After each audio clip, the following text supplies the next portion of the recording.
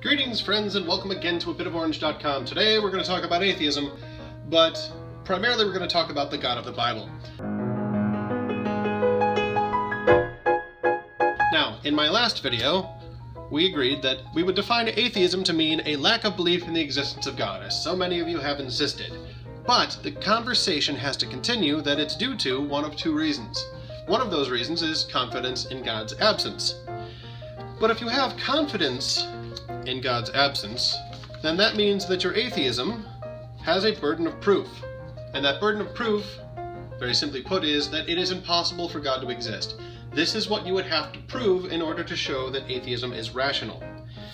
What I said in that video is that this burden of proof is too great. No one ever has or ever will prove that it is impossible for God to exist, because you're literally trying to show that something necessary is impossible, which is completely irrational.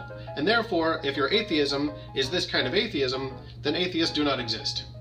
But why is it that I say that nobody has and nobody ever will prove that it's impossible for God to exist? Why do I say that this burden of proof is irrational? To understand that, we have to talk about the God of the Bible. The God of the Bible is a concept which, like anything which can be thought of, falls into one of three categories. The impossible, meaning self-contradictory, it cannot exist, something like a square circle or a married bachelor or congressional ethics.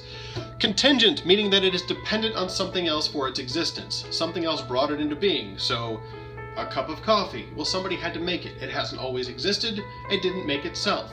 The tree outside. It came from a previous tree, and so on. And then there is necessary. Things which absolutely have to be all of the time in any possible world. There is no description of reality, no universe conceivable, wherein the necessary items don't exist. They are necessary. So, the atheist burden of proof is they have to show that the God of the Bible is impossible. But that's irrational. Why it's irrational will become apparent as I continue. Contingent. Can the God of the Bible be contingent? Well, there's two answers to that, either yes or no. If the answer is yes, then we're not talking about the God of the Bible. We're talking about a different God, like the God of Mormonism. The God of Mormonism is contingent. He was created because he was born a human being on a different planet under a different God. So his God created his world, and then his mother gave birth to him. But the God he's under was also born a man on a previous world, and so on. So if you're talking about a contingent God, you are not talking about the God of the Bible, who the Bible clearly states is eternal in the past, has no creator, has always been and will always be. He is existence itself. That leaves us with necessary. God is not impossible, he's not contingent, therefore he must be necessary.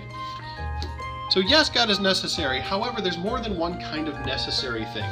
There is, for instance, abstract and personal beings, if you can call them that, like numbers. The number 5 has to exist in any conceivable universe.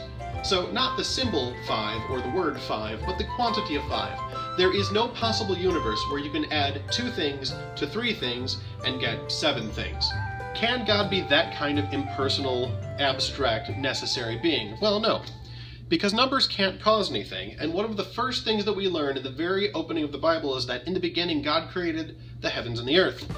God being the creator of the universe cannot be abstract, because abstract things like numbers don't stand in causal relationship to anything. They don't make anything happen.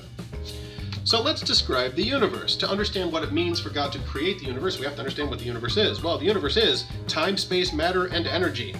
And, good to note, is that all of those things are contingent. Almost nobody today believes that time, space, matter, or energy are eternal. People used to believe that, but now, because of the understanding of things like the second law of thermodynamics, or just the nature of infinity, we know we can't have an infinite past. We know that all of these things came into existence at some point, and nothing can account for its own existence. Which means that time, space, matter, energy all had a cause. Well, that cause is God. So, if we know that God created time, because time is a component of the universe, then there was no time before God existed. There was no before God. Therefore, God has always existed, and this is one of the ways that we can easily argue that God had no beginning, therefore he doesn't need an explanation or a cause outside of himself. He simply is. Now, the universe is comprised of contingent things. Therefore, they need an explanation. The cause of the universe, the cause of time, space, matter, energy, has to be something which isn't time, space, matter, energy. Therefore, the cause of the universe has to be a timeless, spaceless, immaterial, powerful cause, and, because of the fine-tuning of the universe, a cause which is tremendously intelligent. And that, while not an explanation of everything about God revealed in the Bible, is a very good description of the God in the Bible. So if you acknowledge that the universe exists, and you acknowledge anything we know about it, you know that it has to have a cause, and the description of that cause points very heavily to the God of the Bible. There are other arguments which fill in the gaps, and I hope you go looking for those. Ask good questions, kids. So, is it possible that God is impossible? No, because the entire universe depends on a timeless, spaceless, immaterial, powerful, intelligent creator, which we learn about in the beginning of the Bible. In the beginning, God created the heavens and the earth. Thanks for watching. Jesus loves you. I'll see you next time.